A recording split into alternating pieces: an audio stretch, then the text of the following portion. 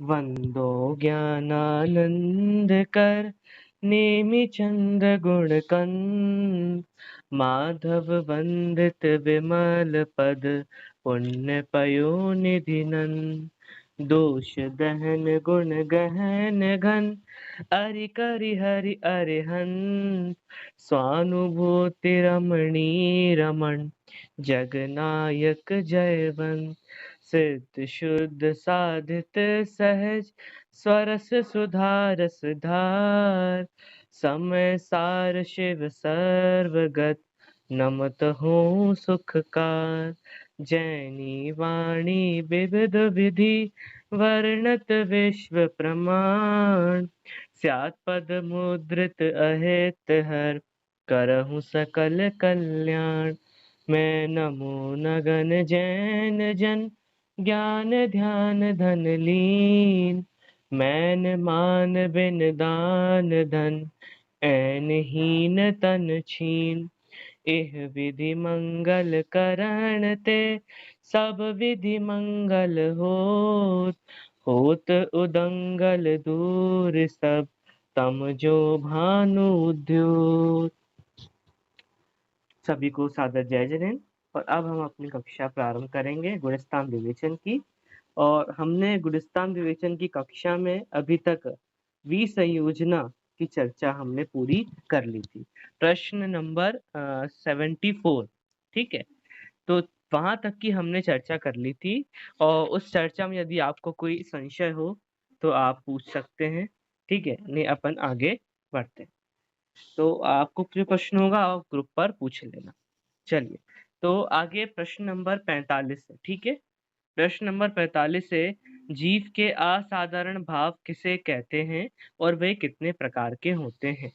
ठीक है, देखो उत्तर, जीव के अतिरिक्त अन्य द्रव्यों में न पाए जाने वाले अर्थात मात्र जीव में ही पाए जाने वाले भावों को जीव के असाधारण भाव कहते हैं। ये औपशमिक आदि 5 प्रकार के होते हैं। तो ये अपन ने क्या पढ़ी, अभी ये परिभाषा पढ़ी। क्या परिभाषा है कि जीव के असाधारण भाव किसे कहते हैं, इस चीज की परिभाषा। तो पहला पॉइंट तो ये कि इसको जीव के असाधारण भाव क्यों कहा जाता है। ये प्रश्न उठा कि इसको जीव के असाधारण भाव क्या, अपन ने पढ़े ना चतवा सूत्र का जो दूसरा अध्याय है उसका पहला सूत्र है औपशमिक चायक भावो। और ख्याल में नहीं आया, एक सेकेंड मैं देख लेता हूँ। सब भूल गए बैठे बैठे। हाँ हाँ, वो आप बोल रहे होंगे लेकिन वो ख्याल आवाज नहीं आ रही यहाँ पर। मैं एक मिनट देख लेता हूँ, अपने पास तत्वा सूत्र रखा हुआ। हाँ हाँ, देखो, औपशमिक छायकौ भावौ मिश्रश्च जीवस्य स्वतत्वमौदायिक पारिणामिकौ च। ठीक है, हाँ, मिहिर की दादी जी भी आ गई है। ठीक है, हाँ, तो क्या पॉइंट है, अपन ने सत्वा सूत्र के दूसरे अध्याय में क्या पढ़ा, क्या है, औपशमिक छायकौ भावौ मिश्रश्च जीवस्य स्वतत्वमौदायिक पारिणामिकौ च।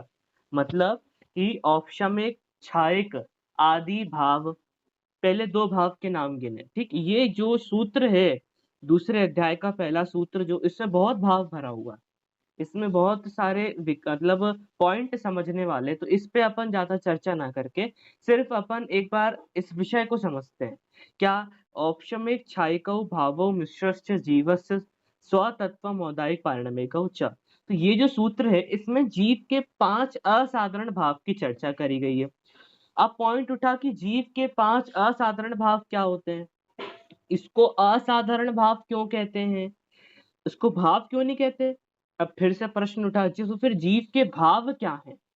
ठीक है, अगर यदि औपशमिक छायक छायोपशमिक औदायिक और पारिणामिक, ये जो क्रम है, देखना ये क्रम जो है, ये क्रम भी तत्वा सूत्र में उमा स्वामी आचार्य के अनुसार क्रम है। शेष जो षटखंडागम का क्रम है वो इससे अलग है। और यहाँ पर भी गुणस्थान विवेचन की पुस्तक में भी जो दूसरे अध्याय और उमा स्वामी का जो क्रम है, उसी क्रम से ये 5 भाव कहे गए। क्या क्रम है, सभी एक साथ अपने अपने घर में बोलो। औपशमिक छायकौ भावौ मिश्रस्य जीवस्य स्वतत्वमौदायिक पारिणामिकौ च। ठीक है, तो ये 5 क्रम बताया कि औपशमिक छायक भाव, फिर मिश्र भाव, ये जीव के स्वतत्वम है, और औदायिक पारिणामिकौ च, औदायिक और पारिणामिक भी ये जीव के स्वतत्व हैं। और कैसे हैं कि असाधारण भाव हैं। तो असाधारण भाव क्यों कहा जाता है, इसकी चर्चा अपन करते हैं। देखो, जीव के साधारण भाव क्या है, तो कहा जीव चैतन्य स्वभावी है। क्या है जीव? चैतन्य स्वभावी है। ज्ञान दर्शनमय उपयोग उसका भाव है। ठीक है, जीव का भाव क्या है? ज्ञान और दर्शनमय उसका भाव है। ठीक है, जीव के असाधारण भाव क्या है? असाधारण मतलब कि ये किसी अन्य में पाए नहीं जाते, ये सिर्फ जीव द्रव्य और जीव तत्व में ही पाए जाते हैं। ये जीव के सतत्व भाव हैं। स्वतत्व, स्वतत्व मतलब कि ये जो भाव हैं, कौन कौन से? ये 5 भाव, औपशमिक, छायक, छायोपशमिक, औदायिक और परिणामिक। ये जो भाव हैं, ये जीव के असाधारण भाव क्यों हैं? क्योंकि ये मात्र जीव द्रव्य और जीव तत्व में ही पाए जाते हैं। अब प्रश्न उठा कि भाई ज्ञान दर्शन भी तो जीव में ही पाया जाता है, अजीव में पाया नहीं जाता। ज्ञान दर्शन उपयोग चेतन गुण, ये भी तो जीव में पाया जाता है, ये अजीव में नहीं। तो ये जो ज्ञान दर्शन, समझना, ज्ञान और दर्शन चेतन ये गुण हैं। ये असाधारण गुण कहेंगे, इनको भाव नहीं कहेंगे। असाधारण भाव क्या है कि इस समय जीव के जो भाव हो रहे हैं, उसको असाधारण भाव कहेंगे। और जीव के असाधारण गुण कौन से हैं? कि ज्ञान दर्शन उपयोग, ये जीव के असाधारण गुण हैं। क्यों? क्योंकि ये किसी अन्य में पाए नहीं जाते। समझ में आया? इसलिए इनको जीव के असाधारण गुण कहा जाता है। और असाधारण भाव क्या है कि ये जो ज्ञान दर्शन समय जीव के जो भाव हो रहे हैं, उन्हें असाधारण भाव कहा जाता है। और साधारण क्या है कि वो जो 6 गुण हैं, 6 गुण कौन-कौन से हैं? अपन पढ़ते हैं ना, अगुर अगुरत्व दर्शन, ये सब वो 6 गुण कौन-कौन से हैं? अपने जो सामान्य गुण जिनको कहते हैं, अगुर लघुत्व आदि, जो सामान्य वस्तुत्व, द्रव्यत्व आदि जो सामान्य गुण हैं, ये साधारण भाव हैं, मतलब साधारण गुण हैं। और साधारण भाव कैसे हैं कि जीव मूर्तिक है या जीव अमूर्तिक है, इस प्रकार। ठीक है? तो ये जो मूर्तिक अमूर्तिक पना वाला ये साधारण भाव है। क्यों? क्योंकि पुद्गल मूर्तिक है, और शेष जो आकाश द्रव्य है और काल द्रव्य ये भी अमूर्तिक है, जीव द्रव्य ये भी अमूर्तिक है। तो ये जीव के असाधारण नहीं होके साधारण है। और असाधारण मतलब ये सबसे भिन्न करते हैं, ये जीव को सबसे, सब द्रव्यों से भिन्न करते हैं, इसलिए उनको असाधारण भाव कहा जाता है। ठीक है, मेरे हिसाब से इतनी बात क्लियर हुई होगी। अब अपन एक बार फिर से परिभाषा को पढ़ के देखते हैं और आगे बढ़ते हैं। देखो, क्या है परिभाषा का कि जीव के अतिरिक्त अन्य द्रव्यों में न पाए जाने वाले, अर्थात मात्र जीव में ही पाए जाने वाले भावों को जीव के असाधारण भाव कहते हैं। अब समझ में आ गई परिभाषा? अब क्लियर हो गई बिल्कुल? क्योंकि अभी जो मैंने समझाया उससे ये पूरा पॉइंट क्लियर हो गया होगा। क्या क्लियर हो गया है? कि जीव के अतिरिक्त अन्य द्रव्यों में न पाए जाने वाले, अर्थात मात्र जीव में ही पाए जाने वाले भावों को जीव के असाधारण भाव कहते हैं। ये प्रश्न उठा कि ये भाव कितने प्रकार के हैं, तो कहा औपशमिक छायक, औपशमिक छायकौ भावौ मिश्रस्य जीवस्य सतत्वम औदार्य पारिणामिकौ च। मतलब औपशमिक भाव, छायक भाव, छायोपशमिक भाव, औदारिक भाव और पारिणामिक भाव। ठीक है, ये कितने? 5 प्रकार के भाव हैं। औपशमिक, छायक, छायोपशमिक, औदारिक, औदयिक और पारिणामिक। ये 5 प्रकार के भाव हैं। अब इन 5 प्रकार के भावों का स्वरूप भी अपन समझ लेते हैं। देखिए, निषिद्धात्म सन्मुख पुरुषार्थी जीव के मोहनीय कर्म के उपशम के समय में, अर्थात निमित्त से होने वाले शुद्ध भाव को औपशमिक भाव कहते हैं। क्या? निःशुद्धात्म सन्मुख पुरुषार्थी जीव के, जो उपशम होता है ना, उपशम, कर्मों का उपशम हुआ या औपशमिक सम्यक दर्शन हुआ, तो वो कैसे होता है कि मिथ्यात्व कर्म का उपशम मतलब दबना, उससे सम्यक तो प्रकट होता है। मिथ्यात्व कर्म के उपशम से सम्यक तो प्रकट होता है, वो कौन सा सम्यक दर्शन कहलाता है? औपसम्यक सम्यक दर्शन कहलाता है। तो यहाँ पर पॉइंट क्या है? पॉइंट ये है कि निःशुद्धात्म सन्मुख पुरुषार्थी जीव के, मतलब कि जो जीव निःशुद्धात्मा के सन्मुख है, जो जीव पुरुषार्थी है, जिसने आत्मा का अनुभव करने की लाइन में लगा हुआ है, 5 लब्धि के 5वीं लब्धि में आ गया है, तो वो क्या है? निःशुद्धात्मा के सन्मुख है जीव, और वो पुरुषार्थी होकर मोहिनी कर्म के उपशम, वो पुरुषार्थी होकर अपने शुद्ध भावों से मोहनीय कर्म का उपशम करता है। ठीक है, अपने शुद्ध भावों से मोहनीय कर्म का उपशम करता है, और इस कर्म के उपशम के समय में होने वाले जीव के शुद्ध भाव, जिसके निमित्त से ये कर्म उपशम हुआ, क्या समझ में आया? कि सबसे पहले मैंने शुद्ध भाव किए, मेरे इन शुद्ध भावों के निमित्त से, इन शुद्ध भावों के निमित्त से क्या हुआ? इन शुद्ध भावों के निमित्त से मैं 5वीं लब्धि में पहुंचा। 5वीं लब्धि के अंत समय में मैंने क्या किया? मिथ्यात्व कर्म का उपशम किया और सम्यक दर्शन को प्रकट किया। ये सब किसके निमित्त से हुआ? अपने ही शुद्ध भावों के निमित्त से। ये कोई कर्म अपने आप हो रहा हो कि भाई इतनी घड़ी कर्म अपने आप उपशम हो जाएगा या क्षयोपशम हो जाएगा, ये कर्मों में नहीं होता। ये जीव के शुद्ध भाव होते हैं, और इन जीव के शुद्ध भावों के निमित्त से क्या होता है कि कर्मों की उपशम क्षयोपशम क्षपणा होती है। समझ में आया? ये कोई कर्म अपने आप कार्य नहीं करता, ये अपने ही शुद्ध भाव है, उन्हीं के निमित्त से सारा कार्य होता है। ठीक है, तो वो जो शुद्ध भाव, वो शुद्ध भाव जो कर्म के उपशम, जो कर्म मिथ्यात्व कर्म के उपशम में निमित्त बने, वो शुद्ध भाव औपशमिक भाव कहलाएंगे।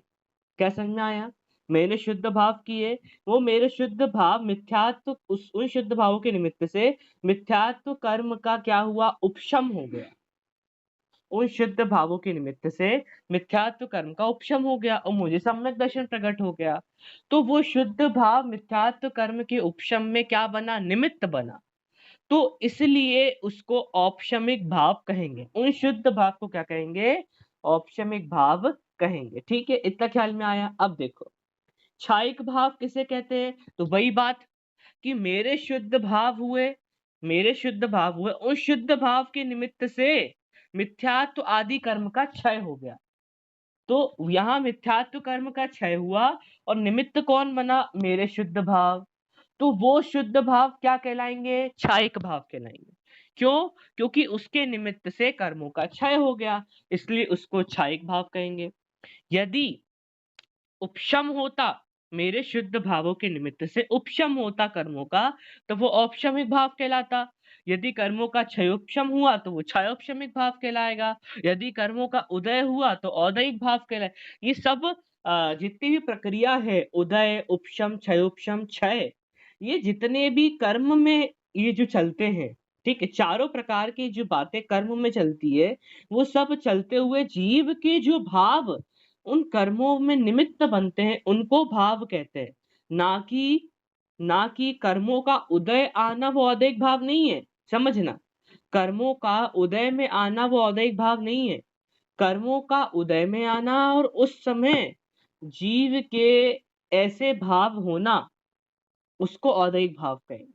भाव लगाए ना, तो वो जो कर्म है, वो कर्म का जो पुद्गल है, उसके परिणमन में भाव कैसे आ सकता है? ये भाव तो जीव में ही होगा। तो समझ लेना कि अपने ही भाव, अपनी ही परिणति होगी, तभी ये पांचों प्रकार के भाव बनते हैं, अपनी परिणति के निमित्त से। मेरे शुद्ध भाव हुए, उन शुद्ध भावों के निमित्त से कर्मों का क्षय हुआ, तो उसलिए मेरे शुद्ध भावों को क्षायिक भाव कहेंगे। मेरे शुद्ध भाव हुए और कर्मों का उपशम हुआ, तो मेरे शुद्ध भावों को औपशमिक भाव कहेंगे। ठीक है? मेरे ऐसे शुद्ध भाव हुए और कर्मों का क्षयोपशम हुआ। शुद्ध भाव तो नहीं कहा यहाँ पे, मतलब मेरे जैसे भाव हुए, उन भाव, क्योंकि शुद्ध भाव के निमित्त से क्षयोपशम नहीं होता। मेरे ऐसे भाव हुए और उन भावों के निमित्त से कर्मों का क्षयोपशम हुआ, तो उन्हें क्षयोपशमिक भाव कहेंगे। ठीक है? चलिए अपन थोड़ी सी परिभाषा पढ़ लेते तो उससे और क्लियर हो जाएगा। देखो, पहला पॉइंट क्या है, अपनी किताब खोल ले सब जने।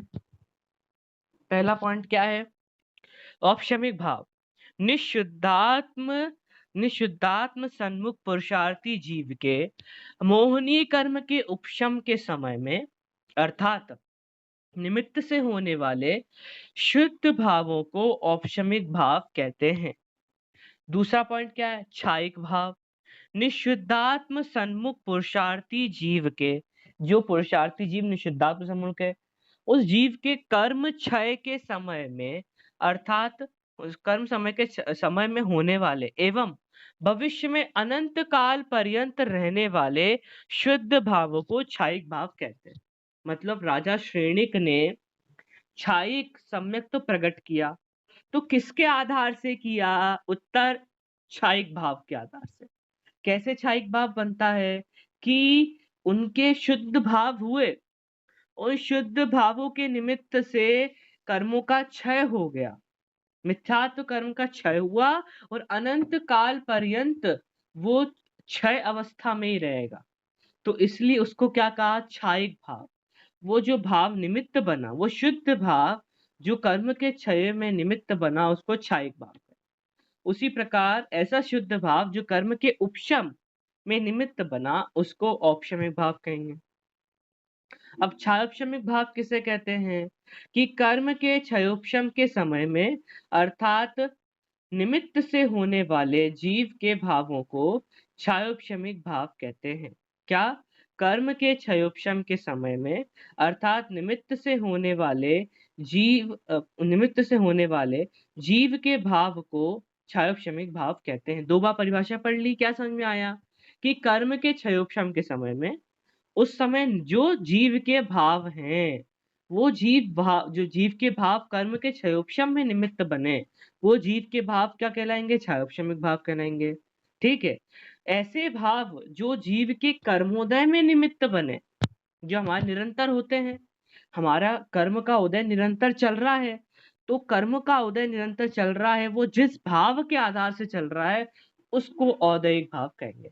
ठीक है? समझ में तो आ रहा है ना आपको? कहीं भी प्रश्न हो तो आप अपने प्रश्न को रख के रखें। कक्षा पूर्ण होने के बाद निश्चित तौर पे आपको मौका दिया जाएगा कि आप प्रश्न रख सकेंगे और हम उसका समाधान करेंगे। प्रश्न अपना मन में रख के रखना, ठीक है?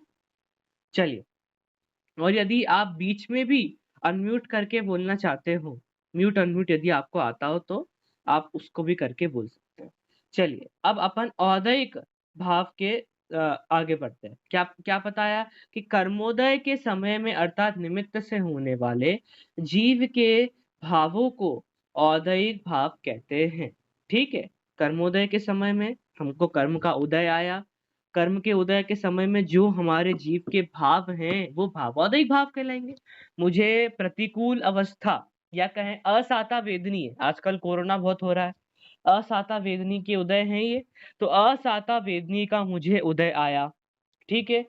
तो उस असाता वेदनीय कर्म के उदय के समय में, उस उदय के निमित्त से मेरे जो परिणाम हो रहे हैं, मेरे जो उस समय भाव हो रहे हैं, उनको क्या कहेंगे? औदयिक भाव कहेंगे। मुझे कषाय हो रही है, तड़प हो रही है, दुःख हो रहा है, वेदना हो रही है, ये जो भी उस असाता वेदनीय के उदय से जो भी हो रहा है, वो सब औदयिक भाव की श्रेणी के अंतर्गत आएगा। ठीक है?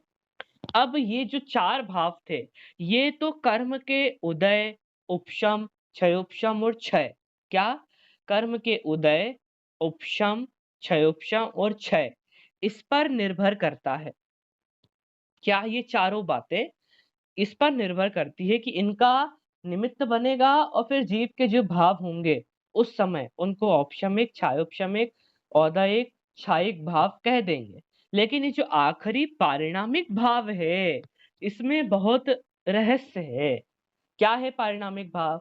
कि इन चारों प्रकार की अवस्थाओं में जो एक सा रहे, जो आत्म रूप रहे, जो ध्रुवता रूप रहे, जिसका उत्पाद व्यय ना होवे, जो एक सा बना रहे, जिसके कारण आत्म द्रव्य रहता है, उसको क्या कहेंगे? पारिणामिक भाव। वो जो आत्म परिणाम है में आत्मा इस प्रकार कर्म निरपेक्ष पूर्णतः स्वतः स्वतंत्र भाव आत्मा के, जीव के, उसके खुद के भाव, वो पारिणामिक भाव के अंतर्गत आते हैं। क्योंकि ये औपशमिक, छायोपशमिक, छायिक, औदैहिक, ये जो भाव है ये कर्म पर निर्भर करते हैं। कर्म का क्षय हुआ तो छायिक भाव होंगे, कर्म का उदय हुआ तो औदैहिक भाव होंगे। और जो कर्म पर निर्भर नहीं करता, जो कर्म से निरपेक्ष है, ऐसा पारिणामिक भाव है। ठीक है, जो पूर्णतः कर्म निरपेक्ष होता है। ठीक है, इतना ख्याल में आया? चलिए, उसको पारिणामिक भाव कहते हैं। लगता है इतना अपने को विषय क्लियर हो गया। ठीक है, अपने 21 मिनट की क्लास हो गई है। आज आधे घंटे की रखेंगे क्योंकि आज सब लेट जुड़े थे। कल से अपन 4:15 करेक्ट बजे से अपनी कक्षा रखेंगे। ठीक है, चलिए अब आगे प्रश्न की तरफ आगे बढ़ते हैं। प्रश्न नंबर 76, निमित्त कारण किसे कहते हैं? अब यहाँ पर जो है निमित्त नैमित्तिक संबंध बताने वाला बातें आ गई है। ठीक है, प्रश्न क्या है? निमित्त कारण किसे कहते हैं? देख उत्तर, जो पदार्थ स्वयं विवक्षित कार्य रूप तो ना परिणमे। क्या कहा?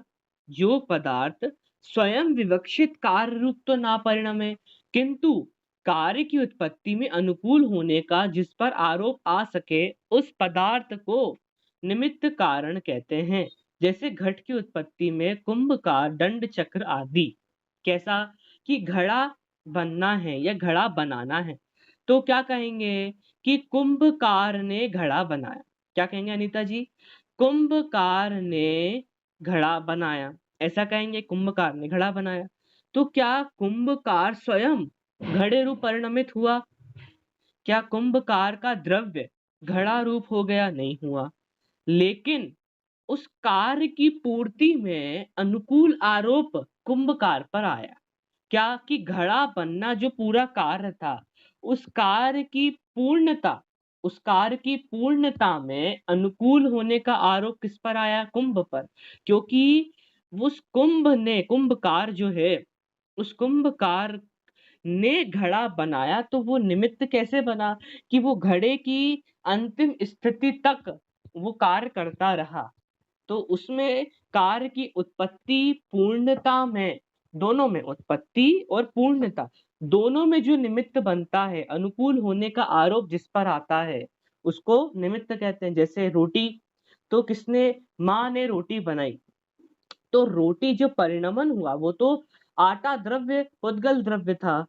ठीक है, तो पुद्गल द्रव्य था आटा, वो स्वयं परिणमित रोटी रूप हुआ।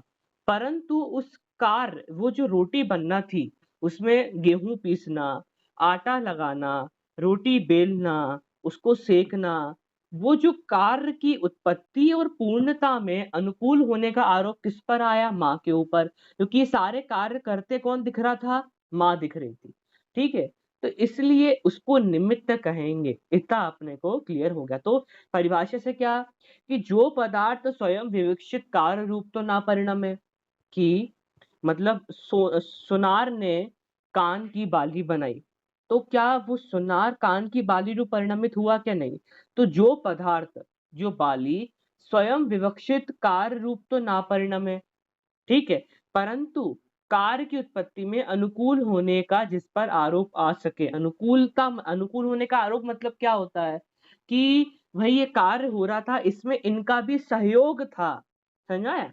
अनुकूल होने का आरोप मतलब कि कान की बाली बनी, तो इसमें सुनहार का भी सहयोग था, जिससे सुनहार के हाथों से वो उसने शेप दिया, उसको जो भी साइज वगैरह जो बनाना था वो सुनहार के हाथों से हुआ, तो उसमें उसका सहयोग हुआ। तो ये अनुकूल सहयोग का आरोप किस पर आया? सुनहार पर। तो सुनहार कान की बाली का निमित्त बना। अब निमित्त नैमित्तिक संबंध क्या होता है? निमित्त नैमित्तिक संबंध मतलब क्या? कि देखो इसका उत्तर पढ़ो। जब उपादान, देखो प्रश्न नंबर 77, निमित्त नैमित्तिक संबंध किसे कहते हैं? जब उपादान स्वतः कार्य रूप परिणमता है, तब सद्भाव रूप या असद्भाव रूप किस उचित योग्य निमित्त कारण का उसके साथ संबंध है, यह बताने के लिए उस कार्य को नैमित्तिक कहा जाता है। क्या समझ में आया? कि जब उपादान स्वतः कार्य रूप परिणमता है, उदाहरण घड़ा। घड़ा की जो मिट्टी है वो मिट्टी उपादान कारण है, तो वो मिट्टी और घड़ा स्वयं कार्य रूप परिणमित हुआ, मतलब वो जो गीली मिट्टी थी वो घड़े रूप परिणमित हुई। तब सद्भाव रूप या असद्भाव रूप, सद्भाव या असद्भाव मतलब कि सामने प्रत्यक्ष दिखाई दे रहा है वो सद्भाव, और असद्भाव मतलब जो गौण रूप से है, किसी उचित योग्य निमित्त कारण का उसके साथ संबंध है, मतलब घड़ा बनाना और बनाने वाले का संबंध है आपस में। निमित्त क्या था?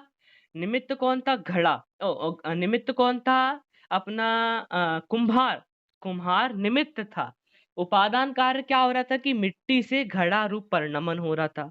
मिट्टी से घड़ा रूप परिणमन होना ये उपादान कार्य है, और दूसरा जो निमित्त बना वो कुम्हार था। ठीक है। अब कुम्हार निमित्त बना, तो वो जो घड़ा रूप, जो घड़ा रूप मिट्टी थी वो उसके लिए नैमित्तिक होगी। क्या समझ में आया? निमित्त के लिए जो उपादान है वो नैमित्तिक होगा। नहीं समझ में आया? देखो कैसा, कि जो कुम्हार है, कुम्हार ने क्या किया? घड़ा बनाया। ठीक है। कुम्हार ने घड़ा बनाया, तो कुम्हार क्या था? निमित्त था। उपादान कार्य किसमें हो रहा था? घड़े में हो रहा था।